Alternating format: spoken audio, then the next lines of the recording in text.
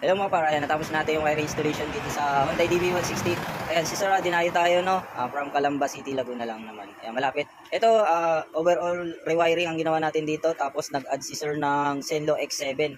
Tapos yan, nakikita nyo may kulay green sa ilalim, no? Ayan, naglagay na rin tayo ng underglow. Okay? Tapos, yung horn niya, pinalitan natin ng Bosch Europa. Ayan, ito yung ating ginamit, Zenlo X7 na 80 watts. Yan, nasa crash guard ni Sir, no? Ayan.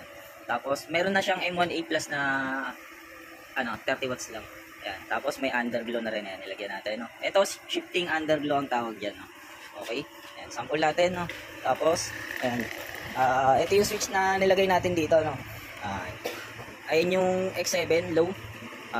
White, tapos pure yellow. White in combination ang high beam. Tapos, ang passing nito, 4, no? Ayan. Tapos, dito naman tayo sa maliit, yung M1A Plus ni Sir, no? Ayan, yung low beam, tapos high beam pure yellow. Inayos natin to, nilagyan natin ang combination yan, sabay na sa stock. Okay? Ayan. Kasi nung una, lang, combination low, tapos pwedeng pure yellow, tapos pwede rin combination, no? Okay? Tapos ang passing, 4. Tapos ito yung selector natin ng horn. Ayan. Ayan, pagka walang ilaw, stock lang. Tapos pagka sinelect mo, yung may indicator na naka-louder ka, no?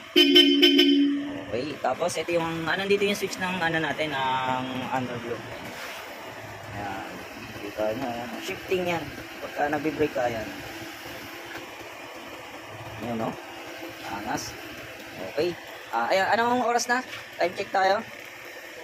Ayan, 3:40 ng madaling araw na tayo natapos, no? Okay. Ayan, sa mga gusto magpa-install, direct message lang po sa page ko kaya sa FB account ko. Yun lang, thank you and ride safe.